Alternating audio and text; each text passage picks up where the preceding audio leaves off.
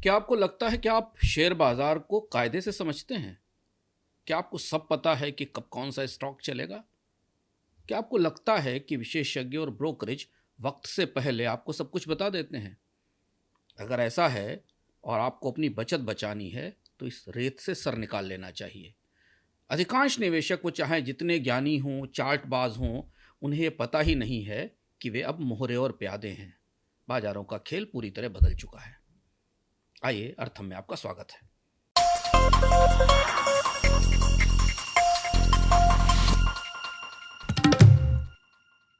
उपन्यासकार Fyodor Dostoevsky पक्के जुआरी थे, रोज खेलने वाले। 1867 में उन्होंने एक उपन्यास लिखा, द गैम्बलर। आप में से जो भी दोस्तोयेवस्की के रसिक हैं, ऐसा हो ही नहीं सकता कि उन्होंने इसे ना पढ़ा हो। द गैम्बलर ये बताता है कि एक रचनाकार भले ही व्यसन में फंसा हो, उसे बुरी लत लगी हो, लेकिन इसके बाद भी वो अपने अनुभवों को पीढ़ियों के लिए एक प्रेरक रचना में बदल सकता है। तो खैर, किस्सा ये कि ये रोमांचक और परतदार छोटा सा उपन्यास द गैम्बलर, जिसमें दोस्तोयेवस्की का नायक है टीचर एलेक्सी इवानोविच, वो एक रूसी आभिजात्य परिवार को रोलेट की टेबल पर अपनी विरासत जुए में उड़ाते हुए देखता है। वो खुद भी प्यार और धोखे के खेल में फंसा है, जिसकी बुनियाद है जुआ और कर्ज। इस कहानी का असली बिंदु यह नहीं है कि जुए का खेल पहले से फिक्स या तय है। असली बात यह है कि खेल को फिक्स करने की ज़रूरत ही नहीं है। उपन्यास के बीच दोस्तोयेवस्की का नायक टीचर इवानोविच ये समझ जाता है कि हमेशा हाउस यानी जुआ घर का चालक ही जीतता है। खेल की संरचना में रूलेट के हर स्पिन में छिपे आर्ट्स, इसे बनाने वाले और इन चलाने वालों के बीच जो सूचनाओं की असमानता है, जो एसिमेट्री है, वो दरअसल समय के साथ एक नतीजा तय कर देती है, जिसमें खेलने वाले अलग अलग समय पर हारते जाते हैं। दोस्तोयेवस्की चूंकि खुद जुआ खेलते थे, जैसा हमने आपको बताया, इसलिए उन्होंने इसे जिया था और उन्हें समझ थी कि फेयर गेम का भ्रम ही सबसे बड़ा शोषण है और वही सबसे कामयाब दांव है। 1.5 सदी के बाद रूलेट टेबल की जगह अब बाजारों ने ले ली है। हाउस वह है जो सत्ता के सबसे करीब बैठा है और गैम्बलर है वो हर रिटेल निवेशक जिसने कोविड की महामारी के दौरान ट्रेडिंग अकाउंट खोलकर ये मान लिया था कि बाजार अब लोकतांत्रिक हो चुका है और सब कुछ पारदर्शी है। सच इससे विपरीत है। हाउस आज भी जीतता है, ऑड्स आज भी पहले से तय होते हैं। बस फर्क इतना है कि अब यह बढ़त मिली सेकेंड्स में मापी जाती है। कभी कभी एक सोशल मीडिया पोस्ट में छिपी होती है, जब केवल 15 मिनट में $580 मिलियन का मुनाफा होता है। यह कतई स्मार्ट ट्रेड नहीं है, यह सूचना की बेईमानी का प्रदर्शन है। यह उस इकोसिस्टम का नतीजा है जहां जानकारी, समय और पहुंच तीनों एक सीमित दायरे में केंद्रित हैं। आप समझ ही गए होंगे कि हमारा इशारा 23 मार्च की घटना की तरफ है, जब अमेरिकी राष्ट्रपति डोनाल्ड ट्रंप के पोस्ट के पहले और बाद में क्रूड और स्टॉक मार्केट में क्या हुआ, ये थोड़ा थोड़ा छनकर बाहर आया है। यही वो इनसाइडर स्टेट है, यहाँ नियम लिखे भी जाते हैं और तोड़े भी जाते हैं, और ये सब कुछ उसी नेटवर्क के भीतर होता है। यहाँ बाजार दिखते तो खुले हैं, लेकिन असल में वे परतदार एक्सेस सिस्टम है। यहाँ डेमोक्रेसी ऑफ मार्केट्स बस एक किस्सा है, सच नहीं है। तो दोस्तोयेवस्की ने जिस खेल को देखा था वो आज भी वही है, बस टेबल बदल गई है, दांव बड़े हो गए हैं और भ्रम और ज़्यादा रिफाइंड, परिष्कृत हो गया है। और शायद सबसे खतरनाक बात भी यही है, खेल वैसा ही दिखता है जैसा पहले था, फेयर, खुला और सबके लिए समान, लेकिन असल में ये पहले से ज़्यादा कंट्रोल्ड है, फास्ट है और असमान है। 23 मार्च को उस 1 मिनट की कहानी क्या थी, इसे जानना सबसे पहले ज़रूरी है। 23 मार्च 2026 की सुबह ठीक 6:49 पर ईस्टर्न अमेरिकन टाइम पर शिकागो मर्केंटाइल एक्सचेंज में कुछ ऐसा हुआ जिसने बाजार की असली कहानी ही सामने खोल कर रख दी। आइए इसे समझते हैं। 21 मार्च शनिवार को ट्रंप ने धमकी दी कि अगर 48 घंटे में होर्मुज पूरी तरह नहीं खुला तो ईरान के पावर प्लांट्स उड़ा दिए जाएंगे। ईरान ने जवाब दिया कि वो पूरे क्षेत्र में अमेरिका और इजराइल के ऊर्जा इंफ्रास्ट्रक्चर को निशाना बनाएगा। सोमवार को सुबह ब्रेंट क्रूड की कीमत $113 से ऊपर निकल गई। यूरोप और एशिया के शेयर बाजार गहरी गिरावट में थे। 23 मार्च की सुबह सिर्फ 60 सेकंड के भीतर ब्रेंट और WTI यानी जो अमेरिका का क्रूड है, उसमें करीब 6200 फ्यूचर्स की खरीद फरोख्त हुई। 6200 फ्यूचर कॉन्ट्रैक्ट्स खरीदे गए, जिनकी कुल वैल्यू $580 मिलियन थी। तुलना के लिए देखें तो पिछले 5 दिनों में इसी समय औसतन केवल 700 कॉन्ट्रैक्ट होते थे, यानी 700 के मुकाबले 6200 ट्रेड, कई गुना उछाल, बिना किसी स्पष्ट वजह के। ना तो उस समय कोई आर्थिक डेटा जारी होना था, ना फेडरल रिजर्व का कोई अधिकारी बोल रहा था। अगर बाजार की भाषा में कहें तो इतने अधिक ट्रेड के लिए कोई पब्लिक ट्रिगर नहीं था। यानी ऐसी कोई सूचना नहीं थी, ऐसी कोई घटना नहीं होने वाली थी जो इतने बड़े सौदों की वजह बने। फिर ठीक 16 मिनट बाद डोनाल्ड ट्रंप ने ट्रुथ सोशल पर पोस्ट किया। उन्होंने कहा कि अमेरिका और तेहरान के बीच अच्छी बातचीत चल रही है। इसके तुरंत बाद बाजार पलट गया। ब्रेंट क्रूड $113 से गिरकर $96 पर आ गया। एक दिन में लगभग 11% की गिरावट। WTI $88 से नीचे चला गया। S&P 500 इंडेक्स लगभग 2% ऊपर चला गया। डाउ में करीब 631 पॉइंट की बढ़ोतरी हुई। एयरलाइंस के स्टॉक लगभग 5% बढ़े। बाकी कंपनियों के स्टॉक्स में 5% की बढ़ोतरी हुई और 10 साल की बॉन्ड यील्ड गिरकर 4.31% पर आ गई। ट्रुथ सोशल पर डोनाल्ड ट्रंप की पोस्ट आने से करीब 5 मिनट पहले $1.5 बिलियन के S&P 500 फ्यूचर्स खरीदे गए और ठीक उसी समय $192 मिलियन के ऑयल कॉन्ट्रैक्ट्स बेच दिए गए। यह एक क्लासिक पेयर ट्रेड था। ऐसा दांव जो तभी जीतता है जब तनाव कम हो और बाजार पॉजिटिव रिएक्ट करे। यानी साफ है कि जिसने ही ट्रेड किया उसे यह पहले से पता था कि डोनाल्ड ट्रंप का एक ट्वीट आने वाला है। उसने उसी हिसाब से दांव लगाया और मोटा मुनाफा कमाया। यानी उसने उस समय स्टॉक्स फ्यूचर्स खरीदे और ऑयल फ्यूचर्स को शॉर्ट किया और उस मिनटों में उसे भारी फायदा हुआ। फाइनेंशियल टाइम्स ने बताया कि ट्रंप के बयान के करीब 15 मिनट पहले $580 मिलियन के दांव लगाए गए थे। यानी किसी को ट्रंप के डीस्केलेशन वाले पोस्ट की जानकारी पहले से थी। तो उसने क्या किया, उसने एक साथ शेयर खरीदे यानी लॉन्ग किया और तेल बेच दिए यानी शॉर्ट किया और मिनटों में दोनों तरफ से बड़ा मुनाफा कमाया। और यही इस पूरे विवाद का केंद्र है। नोबेल पुरस्कार विजेता मशहूर अर्थशास्त्री पॉल क्रुगमैन ने इस घटना के बाद जो कहा वो महत्वपूर्ण है। उन्होंने कहा कि जब राष्ट्रीय सुरक्षा से जुड़ी गोपनीय जानकारी का इस्तेमाल निजी मुनाफे के लिए किया जाता है तो ये देशद्रोह है। $580 मिलियन का यह ट्रेड कोई अपवाद नहीं है। अगर आप निवेशक हैं तो आपके लिए समझना ज़रूरी है कि पूरा डिज़ाइन क्या है। और दरअसल ये उस लंबे बदलाव का नतीजा है जिसमें राजनीतिक ताकत, पॉलिटिकल पावर और फिनेंशियल मार्केट के बीच की सीमाएं धीरे धीरे खत्म होती जा रही हैं। और ये सब उस समय हो रहा है जब आम निवेशक अपनी बचतें निकालकर बाजार में आए हैं। वे ये सोचते हैं कि खेल सबके लिए बराबर है, लेकिन वे जितनी जल्दी ये समझेंगे कि खेल हमेशा से किसी के पक्ष में सेट है, शायद उतने ही सतर्क रहेंगे। तो शेयर बाजारों में पॉलिटिकल ट्रेड होते कैसे हैं और क्यों ये पहली घटना नहीं है? डोनाल्ड ट्रंप के ट्वीट के आसपास $580 मिलियन का हुआ ट्रेड कोई सामान्य व्यवस्था नहीं थी। इसे अंजाम देने के लिए 3 बेहद अहम और गोपनीय जानकारियों की जरूरत थी जो आम जनता को उपलब्ध नहीं थी। पहली जानकारी कि डोनाल्ड ट्रंप कोई पोस्ट करने वाले हैं। दूसरी जानकारी वो पोस्ट लगभग कब करने वाले हैं। और तीसरा ये कि उस पोस्ट का बाजार पर क्या असर होगा। ये तीनों बातें उस समय सुबह 6:49 से पहले सिर्फ व्हाइट हाउस या उसके करीबियों को पता थी। यानी ये स्मार्ट ट्रेड नहीं था, ये पावर और इंफॉर्मेशन के मेल का नतीजा था। मगर ये पैटर्न नया नहीं है और ना ये किसी एक व्यक्ति तक सीमित है। ईरान पर संभावित हमले से ठीक पहले production market platform poly market पर 150 से ज़्यादा अकाउंट्स ने अचानक बड़ी संख्या में दांव लगाए, जो अमेरिका की ईरान पर स्ट्राइक की यानी अमेरिकी हमले की भविष्यवाणी कर रहे थे। ठीक इससे पहले वेनेजुएला के मामले में भी ऐसा हुआ था। मादुरो सरकार के खिलाफ अमेरिकी कदम से ठीक पहले संदिग्ध रूप से सटीक दांव लगाए गए थे। तो आप कहेंगे कि पॉलिटिकल इनसाइडर ट्रेडिंग है, यकीनन, लेकिन ये कोई नई खोज नहीं है। दरअसल ये पुराना संस्थागत पैटर्न है जो समय समय पर सामने आता है, लेकिन सजा कभी नहीं मिलती और ना कोई जांच होती है। सबसे दिलचस्प बात यह है कि इसे खत्म करने की ताकत जिनके पास है वही इसे बनाए रखते हैं। अब जैसे 2020 को ही लें, अमेरिकी कांग्रेस के अकाउंटेबिलिटी दस्तावेज बताते हैं कि 2020 में नॉर्थ कैरोलिना के रिपब्लिकन सांसद रिचर्ड बर्र ने कोविड-19 पर एक क्लासिफाइड ब्रीफिंग के बाद $1.6 मिलियन के शेयर बेच दिए। और ऐसा उन्होंने बाजार गिरने से हफ्तों पहले किया। यानी उन्हें पता था कि कोविड-19 का बड़ा असर आने वाला और बाजारों पर उसका बुरा असर होगा। थोड़ी बहुत जांच भी हुई लेकिन मामला बंद हो गया।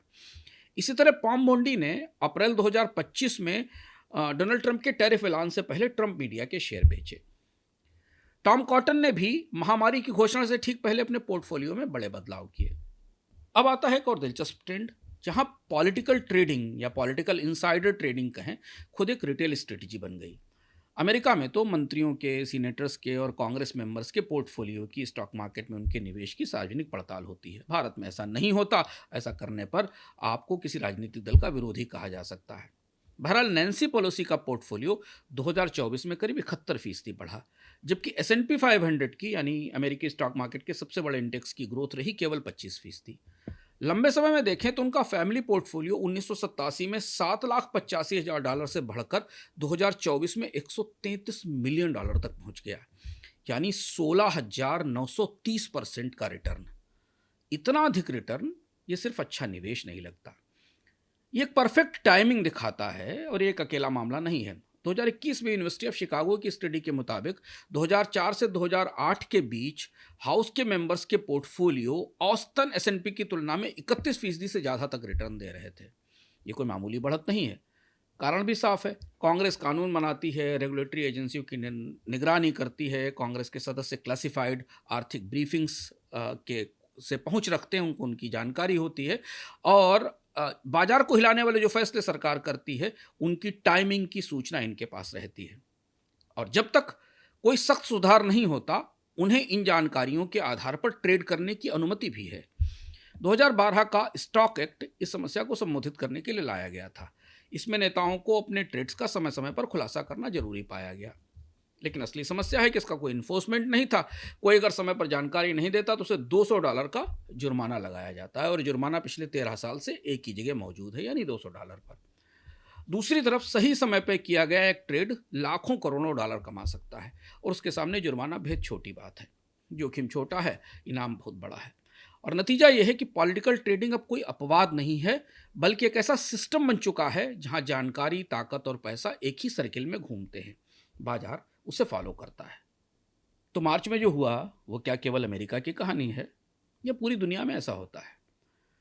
पॉलिटिकल इनसाइडर ट्रेडिंग को अगर आप सिर्फ अमेरिका तक महदूद या सीमित समझते हैं तो ये तस्वीर अधूरी है। असल में सच्चाई ये है कि एक ग्लोबल पैटर्न है, देश बदलते हैं, किरदार बदलते हैं, लेकिन खेल की संरचना, खेल का ढांचा वैसा ही रहता है। सत्ता के करीबी लोग बाकी लोगों से पहले सूचनाएं पाते हैं और उस जानकारी पर दांव लगाते हैं। भारत में जी एंटरटेनमेंट का केस इसका साफ उदाहरण है।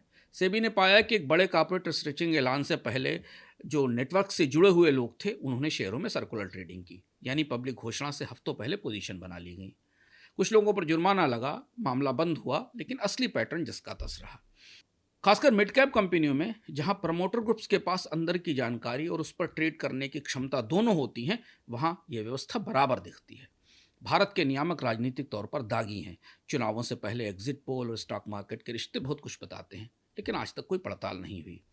भारत तो यूं भी कन्फ्लिक्ट ऑफ इंटरेस्ट का अजायब घर है। यहाँ तो खेल ही दूसरा है। यहाँ नेता, अधिकारी, नियामक हर नीति, हर फैसले को हफ्तों पहले जानते हैं।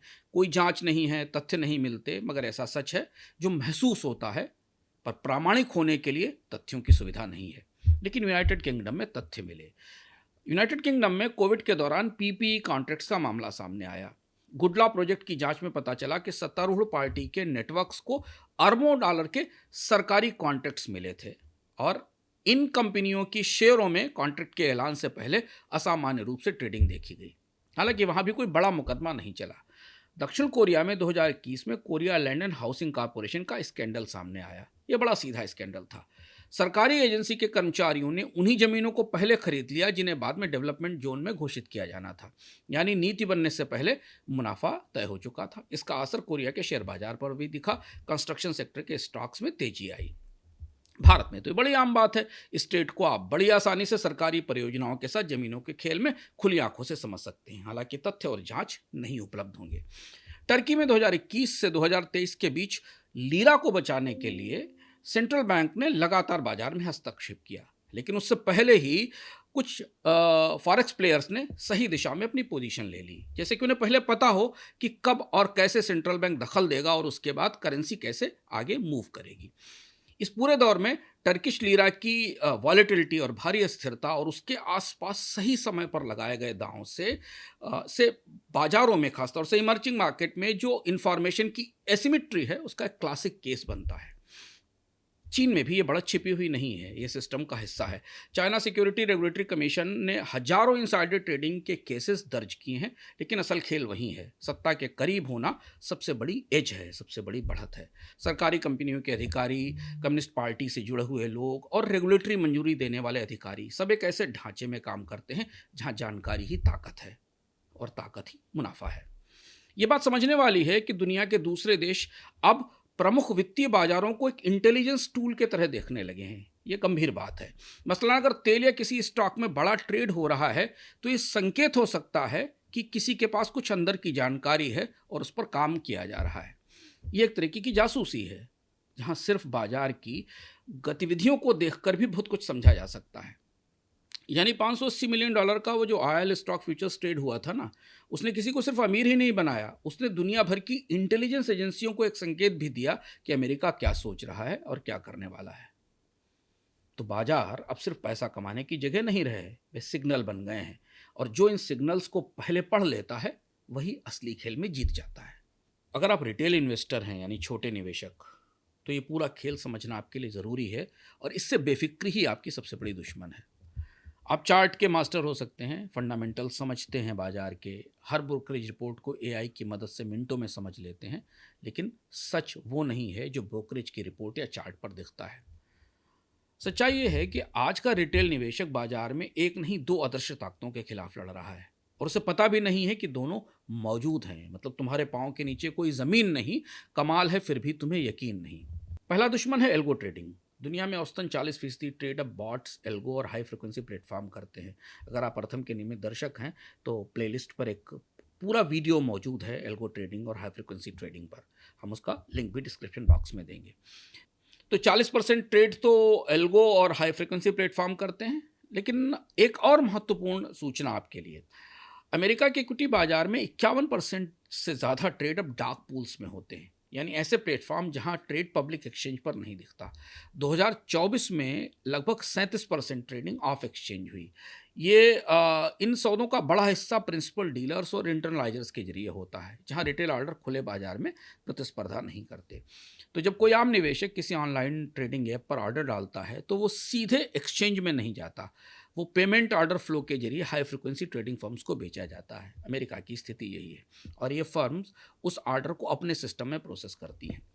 बाहर से तो ये लगता है कि सब कुछ फ्री ट्रेडिंग है, लेकिन असली लागत इसमें पीछे छिपी होती है, खासतौर से जब बड़े ऑर्डर्स होते हैं जहां संस्थाएं रिटेल के फ्लो से आर्बिट्राज का फ़ायदा उठाती हैं। यानी छोटे निवेशक जो पैसा लगाते हैं उस पर आर्बिट्राज का फ़ायदा लिया जाता है। और दूसरी चुनौती है नए इनसाइडर्स। रिटेल निवेशक के पास वो जानकारी होती ही नहीं जो सत्ता के गलियारों में घूमती है। आम निवेशक ये देख ही नहीं सकते कि व्हाइट हाउस में चर्चा क्या हो रही है जो 16 मिनट बाद ऑयल मार्केट को हिला देगी। उसे नहीं पता होता कि किस सीनेटर ने किस ब्रीफिंग के बाद अपने शेयर बेचे या खरीद लिए।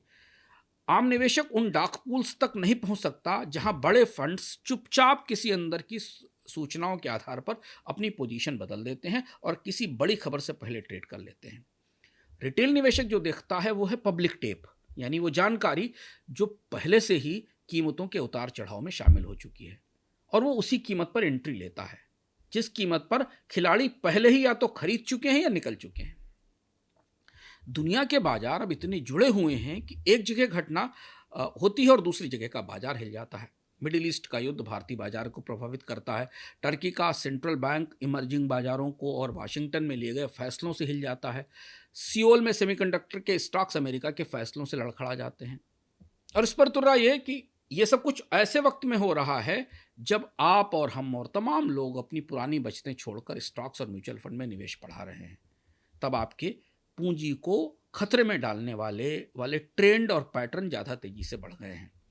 अमेरिका में करीब 62% एडल्ट्स स्टॉक मार्केट में निवेश करते हैं। भारत में भी स्टॉक मार्केट में हिस्सेदारी 2020 में 5.2% थी आम लोगों की, जो 7.4% पर पहुंच गई है। लेकिन परोक्ष निवेश यानी म्यूचुअल फंड के जरिए निवेश तो रिकॉर्ड ऊंचाई पर है। एसआईपी अकाउंट्स 10 करोड़ का आंकड़ा पार कर चुके हैं। 2025 में रिटेल निवेशकों ने अमेरिकी बाजार में करीब $302 बिलियन का निवेश किया, जो पिछले साल से 53% ज़्यादा है। और ये कोई छोटा ट्रेंड नहीं है, ये ग्लोबल मिडिल क्लास की बचत है जो शेयर बाजार में लगी है। लेकिन यही सबसे बड़ी विडंबना है कि पूरा सिस्टम इस तरह बना है कि जिसमें हर स्तर पर रिटेल से वैल्यू निकालने की कोशिश होती है, एल्गोरिदम के जरिए, इनसाइडर जानकारी के जरिए, पॉलिटिकल फैसलों के जरिए, जगह जगह के ट्रेंड स्पॉट करने के जरिए। नैन्सी पेलोसी का पोर्टफोलियो इसका सबसे अच्छा उदाहरण है, और ये सच बताता है। जब उनके पोर्टफोलियो में बड़े मुनाफे सामने आए तो रेडिट और ट्विटर और टिकटॉक पर रिटेल निवेशकों ने उनके ट्रेड्स को टिप्स की तरह फॉलो करना शुरू कर दिया। पेलोसी स्टॉक ट्रैकर बन गया। ये एक ऐसा इन्वेस्टमेंट टूल बन गया जिसको लोग फॉलो करने लगे। जैसे भारत में लोग किसी बड़े ट्रेडर के पोर्टफोलियो को आदर्श मानकर उसके पीछे दौड़ पड़ते हैं। वे ये नहीं सोचते कि उस ट्रेडर के पास ऐसी कौन सी सूचना आ जाती है जो रिटेल के पास नहीं है, और जब तक आप उसकी पूंछ पकड़ते हैं तब तक वो ट्रेडर कमा चुका होता है। यानी ये सोच एक साथ व्यवहारिक भी है और निराशाजनक भी। अगर आप इनसाइडर को हरा नहीं सकते तो उसे फॉलो कर लीजिए, लेकिन समस्या ये है कि जब तक ये जानकारी पब्लिक होती है, यानी जब तक आप इसमें ट्रेड लेना शुरू करते हैं, तब तक असली मुनाफा निकल चुका होता है, क्योंकि रिटेल हमेशा सबसे आखिर में बाजार में प्रवेश करता है और सबसे बाद में निकलता है। तो जब बाजार पलटता है तो सबसे पहले नुकसान वही उठाता है। आप कहेंगे कि क्या कर रहे हैं रेगुलेटर, उनको कुछ भी नहीं दिखता क्या? दरअसल रेगुलेशन एक पुरानी दुनिया के लिए बना था, इस खेल के लिए नहीं। आज के बाजार की सबसे बड़ी समस्या यह है कि इस वक्त जो हो रहा है उसके लिए नियम ही नहीं है। जो नियम बनाए गए थे वो पुराने दौर के लिए थे। अमेरिका के सिक्योरिटी एक्सचेंज कमीशन का SEC का ढांचा उस दौर के लिए बना था जब कारपोरेट इनसाइडर्स काम करते थे, यानी कंपनियों के बोर्डरूम की सूचनाएं बाजार में जाती थी और आम निवेशकों से पहले ट्रेडिंग में इस्तेमाल कर ली जाती थी। आज का खेल बदल चुका है। अब सूचना केवल कॉर्पोरेट बोर्डरूम में नहीं बनती, सत्ता के गलियारों में, सेना के फैसलों में, कूटनीतिक संकेतों से तमाम सूचनाएं निकलती हैं। किसी राष्ट्रपति का सोशल मीडिया पोस्ट अब बयान नहीं होता, वो एक किस्म का मिलिट्री सिग्नल भी हो सकता है, कूटनीतिक दिशा भी हो सकती है और बाजार को हिलाने वाला ट्रिगर भी। इस नई दुनिया के लिए कोई रेगुलेटरी मॉडल कभी तैयार ही नहीं किया गया और कहीं भी नहीं है पूरी दुनिया में ऐसा कोई रेगुलेटरी मॉडल। इस खाई को भरने के लिए क्रिस मर्फी ने बेट्स ऑफ एक्ट पेश किया है। इसका पूरा नाम है banning events trading on sensitive operations and federal functions. इसका मकसद दरअसल प्रोडिक्शन मार्केट से फोकस्ड है। पॉली मार्केट या कलशी जैसे प्रोडिक्शन मार्केट, उन पर ऐसे दांव न लगाए जाएं जो युद्ध, आतंकवाद या सरकारी संवेदनशील फैसलों से जुड़े हुए हों, खासतौर पर उस स्थिति में जबकि किसी को पहले से नतीजे की, सूचना की जानकारी हो या उसका उस फैसले पर नियंत्रण हो। ये समस्या वही पुरानी है। कानून जब आते हैं तब तक खेल खेला जा चुका होता है।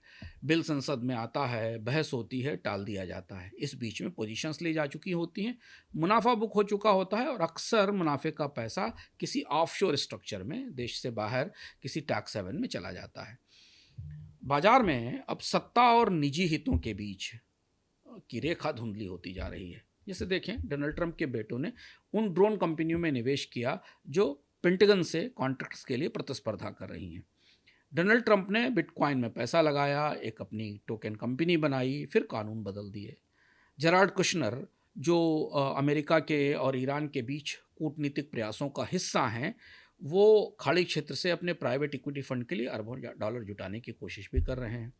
व्हाइट हाउस ने इन सारे आरोपों को बेबुनियाद कहा है, लेकिन असली सवाल ये नहीं है कि आरोप सही हैं या गलत। सवाल ये है कि क्या हमारे पास कोई ऐसा सिस्टम है जो इस सच को निर्णायक रूप से साबित कर सके, और जवाब है नहीं। और ऐसी स्थिति में ये इनकार, ये नहीं कोई कमी नहीं है, ये एक किस्म का चुनाव है, एक डिज़ाइंड चॉइस है। स्टॉक एक्ट जो इस तरीके के मामलों को रोकने के लिए लाया गया था, उसमें हर साल सुधार के प्रस्ताव आते हैं, उन पर बहस की जाती है और फिर उसके बाद उन्हें भुला दिया जाता है। यानी सिस्टम खुद को बदलने की कोशिश करता हुआ तो दिखता है, लेकिन असल में वो खुद को वैसा ही बनाए रखता है। नतीजा ये है कि आज के बाजार में नियम मौजूद हैं, लेकिन वो उस खेल को कवर नहीं करते जो असल में खेला जा रहा है। तो अब हम आ गए हैं अर्थम के समापन पर। दोस्तोवस्की के उपन्यास गैम्बलर का वो शिक्षक आपको याद होगा जिसका जिक्र हमने शुरुआत में किया था, नाम था इवानोविच। आखिर में इवानोविच उस उपन्यास के अंत में सब कुछ हार जाता है। वो इसलिए नहीं हारता कि वो मूर्ख था, उसे खेल के आर्ट्स पूरी तरह समझ में आते थे। उसने शुरुआत में कुछ कमाया भी था जिससे उसने अपनी माशूका को ले जाकर दिया था। वो इसलिए हारता है क्योंकि सिस्टम को समझना और उससे निकल पाना दो अलग अलग तरीके की कैपेसिटीज़ हैं, क्षमताएं हैं। वो मेज छोड़ नहीं पाता क्योंकि उसके लिए वही एकमात्र खेल है। 2026 का ग्लोबल रिटेल निवेशक, भारत हो या पूरी दुनिया में कहीं भी, उसी मेज पर बैठा है जहां वो लुट-पिट कर भी वो मेज छोड़ नहीं पाता, क्योंकि इसके अलावा विकल्प क्या है। इतिहास में एक बड़ा दिलचस्प उदाहरण है। मार्था स्टीवर्ट का नाम आपने सुना होगा, अमेरिका की मशहूर बिजनेस लेडी और टीवी सेलिब्रिटी। उन्हें ब्रोकर की एक टिप मिली जिसने उन्हें $45,000 के नुकसान से बचा लिया। मार्था स्टीवर्ट को इनसाइडर ट्रेडिंग में 5 महीने की जेल हुई। नियम लागू हुए तेजी से, सख्ती से और बड़े स्पष्ट। अब इस मामले की तुलना आज से कीजिए। $580 मिलियन का ट्रेड सिर्फ 60 सेकंड में हो गया, वो भी ऐसी जानकारी पर आधारित था जो राष्ट्रपति के सोशल मीडिया पोस्ट से जुड़ी हुई थी, जिसने ग्लोबल ऊर्जा बाजारों को हिला दिया। लेकिन इस मामले में ना कोई नाम सामने आया, ना कोई जांच शुरू हुई और ना आरोप तो तय होना असंभव ही है। उल्टा व्हाइट हाउस ने इसे बेबुनियाद कह के खारिज कर दिया। तो आपके लिए, अगर आप निवेशक हैं, तो असली नसीहत यहीं से शुरू होती है। आप अब ऐसे सिस्टम में ट्रेड कर रहे हैं जहां नियम वही लोग बना रहे हैं जो खुद खेल रहे हैं, और जहां नियमों को लागू करना इन्हीं लोगों की जो खेल रहे हैं और जो नियम बना रहे हैं उनकी सुविधा पर निर्भर है। कमजोर पर सख्ती होती है, ताकतवर पर चुप्पी रहती है। ये एक सामान्य व्यवस्था हो गई है। एक और चीज ध्यान रखना जरूरी है कि पूरा ढांचा कुछ इस तरह से बना है जहां रिटेल इन्वेस्टर से ज्यादा इन्वेस्टमेंट और वैल्यू निकाल ली जाए। इसे क्या कहा जाएगा? दोस्तोवस्की ने इसे एक नाम दिया था, रॉल्टेनबर्ग। यानी एक ऐसा खेल जो पूरी तरह मौके का तो दिखता है, पारदर्शी तो दिखता है, लेकिन असल में नतीजा पहले से तय होता है, क्योंकि हाउस के पास जो जुआ घर है, जो उसे चला रहा है, उसके पास बढ़त है। इस रॉल्टेनबर्ग को आज का आप स्टॉक मार्केट कह सकते हैं। तो मुंबई में, मनीला में या मैनचेस्टर में बैठा कोई रिटेल इन्वेस्टर आज सुबह जब अपना ट्रेडिंग ऐप खोलता है तो वो दरअसल इसी खेल में हिस्सा ले रहा होता है, उसी हाउस के खिलाफ। फर्क सिर्फ इतना है कि उसे ये नहीं पता है कि पत्ते किसने बांटे हैं और ये खेल कब तय हो चुका था। वो चार्ट देखता है, डेटा पढ़ता है, मार्केट को टाइम करने की कोशिश करता है, जबकि असली टाइमिंग तो उसके आने से बहुत पहले तय हो चुकी होती है। इस पूरे खेल का सबसे खामोश सच ये है कि आप खेल में हैं, लेकिन खेल आपके लिए नहीं बना है। और अगर आपको लगता है कि आप देर से आए हैं तो शायद आप सही हैं, क्योंकि इस कहानी में सबसे अहम चीज कोई हेडलाइन, कोई बयान नहीं है, बल्कि वो टाइम स्टैम्प है जहां सब कुछ आपके आने से पहले ही हो चुका होता है। तो इसलिए सतर्क रहिए, बोनस से जुड़िए, अर्थम से जुड़िए, सवाल पूछिए, ज़्यादा से ज़्यादा जानकारी जुटाइए, क्योंकि बाजार में आप अपना पैसा लगा रहे हैं, किसी फंड मैनेजर की तरह से अदर पीपुल्स मनी यानी दूसरों के पैसे से निवेश नहीं कर रहे हैं। आज के अर्थम में इतना ही। फिर मिलेंगे अगले सप्ताह किसी नए विषय के साथ। अगर आप इतिहास के किस्सों में दिलचस्पी रखते हैं, किताबों में दिलचस्पी रखते हैं, तो इंस्टाग्राम पर आइए और टाइम मशीन और बुकनू से जुड़िए। अगर आप रोज़ की खबरों में बड़ी खबरों के पीछे छिपे हुए क्यों को जानना चाहते हैं तो भी इंस्टाग्राम पर द वाई फैक्टर को फॉलो करिए, बोनस के ऐप पर वाई फैक्टर को फॉलो करिए। और हाँ, अगर हर सप्ताह आपको ये जानना है पिछले सप्ताह की जो बड़ी घटनाएं थीं उनके भीतर क्या छिपा था और उनका सीधा असर आपके निवेश पर, अलग अलग एसेट्स पर, ऑयल पर, गोल्ड पर, सिल्वर पर, बॉन्ड्स पर, स्टॉक्स पर कैसे पड़ने वाला है, अगर ये जानना चाहते हैं मेरे लिंक्डइन पर आइए, पॉलिसी एंड पोर्टफोलियो को फॉलो करिए, जहां प्रति सप्ताह शनिवार को हम एक विस्तृत रिपोर्ट लेकर आते हैं जिसमें हम आपको ये बताते हैं पिछले सप्ताह क्या हुआ और वो अलग अलग एसेट्स क्लास को कैसे प्रभावित करेगा। फिर मिलते हैं अगले अर्थम में।